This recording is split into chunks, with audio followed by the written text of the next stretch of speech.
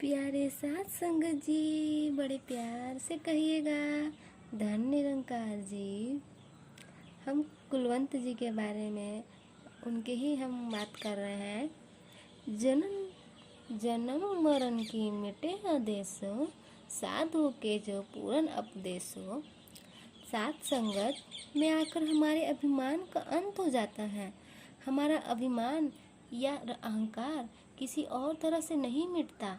सात संगत की चरणों की धूलि को पाकर ही हमारे मन की अहंता अभाव का नाश होता है। ब्रह्म ज्ञान की प्राप्ति की प्रेरणा भी हमें सात संगत से मिलकर सत्संगत की कृपा से ही हमें सद्गुरु की कृपा प्राप्त होती है। हम निरंकार दातार हमारा दृढ़ विश्वास सात संगत में आकर ही होता है।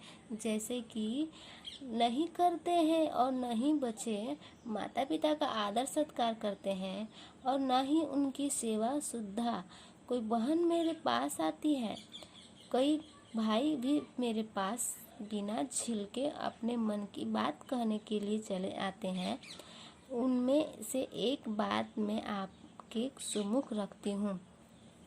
एक बार एक व्यक्ति को हुजूर संसार जी ने एक काम करने के लिए फरमाया, तो वह कहने लगा कि यह काम तो मैं नहीं कर सकता, परंतु मेरे प्राण हाजिर हैं।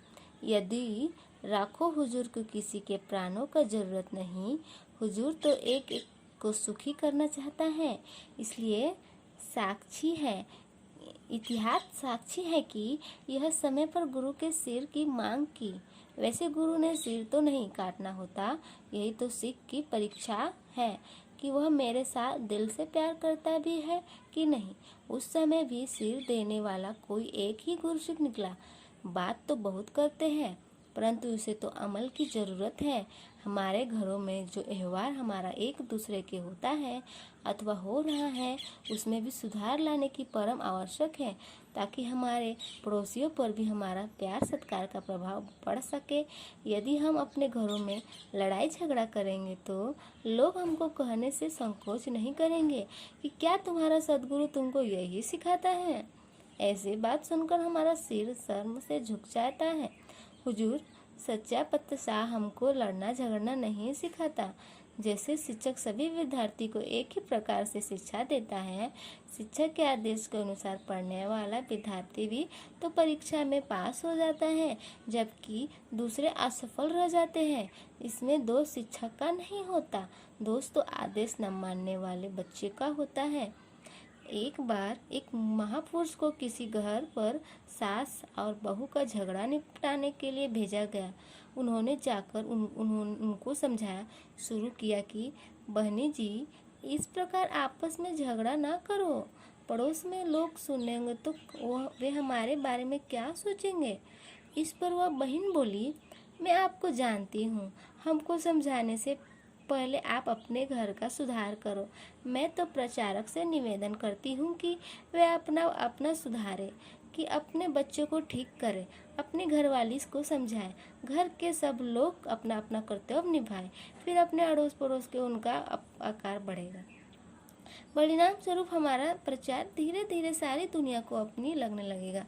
सच बात तो यह है कि हमारे गलत कर्म ही हमारी गलती करनी है कि हमको आगे ही नहीं बढ़ने देती। लेक्चर तो हम बढ़ चढ़ कर देते हैं। हमारे भाषा भी बड़े धुआंधार होते हैं। सुनते समय ऐसा लगता है कि मानो अभी सब सुनने वाला हुजूर सच्चे पातशाह के चरणों में गिर पड़ेंगे और इस आत्मज्ञान की प्राप्ति की पुरजोर मांग करेंगे, परंतु निकलता तो कोई एक आध ही नहीं, कभी कभी दो चार निकल आते हैं। आम लोग, जैसे कि कल से आप महापुरुष के विचार सुन रहे हैं, आपके हुजूर बाबा जी के अमूल्य विचारों को भी सुना है। हुजूर के आदेशों का पश्चाताप किसी के बोलने के लिए जरा भी आवश्यकता नहीं रहती।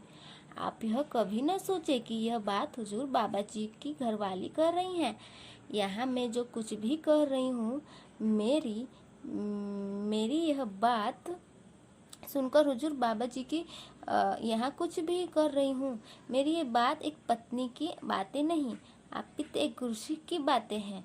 मेरी भी यही अरदास है कि जो भरोसा सिद्धक विश्वास इस दार से मिला है, सच्चा पतशाह रहमत करे, मैं भी उसको अपने जीवन में लगा सकूं। अपने आगे फरमाया कि यहाँ पर बहुत अच्छी बातें हुई, कई विषयों पर अच्छे अच्छे विचार प्रकट किए गए जो किसी के मस्तिष्क में आया। कहा क्योंकि इस प्रचार को विस्तार देना हमारे जीवन का परम लक्ष्य है। चूँकि हुजूर का अपना आदेश आया है कि आप सब यहाँ पर अपने सुझाव लिख कर दो, अन्यथा किसी प्रकार की भी उचित नहीं है कि हम बहस करें। सदगुरु के सामने तो हमें नतमस्तक होना चाहिए। अतः हुजूर बाबा जी आदेशों को हमने मानना है।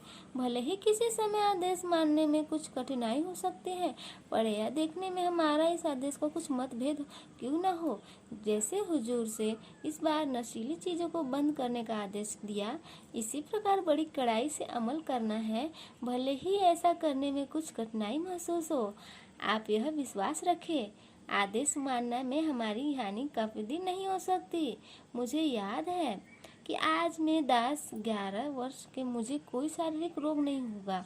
डॉक्टर के मांस खाने के परामर्श दिया और साथ ही स्पष्ट शब्दों में कह दिया कि यदि मैं मांस का प्रयोग नहीं करूंगी तो मेरा जीवित रहना असंभव है। लेकिन मेरा मन में इसको बात नहीं माना। मैं मन ही मन अरदास की याचना की कि मुझे मांस खाने में जरूरत न पड़े। परिणाम मैंने मांस ही खाया और न ही मेरी। अतः आज जो कुछ हमको हुजूर सच्चे पास्ता का आदेश मिला है, हम दृढ़ निश्चय कर और सौगात खाए कि हमने किसी नशीली वस्तु का प्रयोग नहीं करनी। विश्वास करो, इनके बिना हम मरेंगे नहीं, हम जीवित रहेंगे।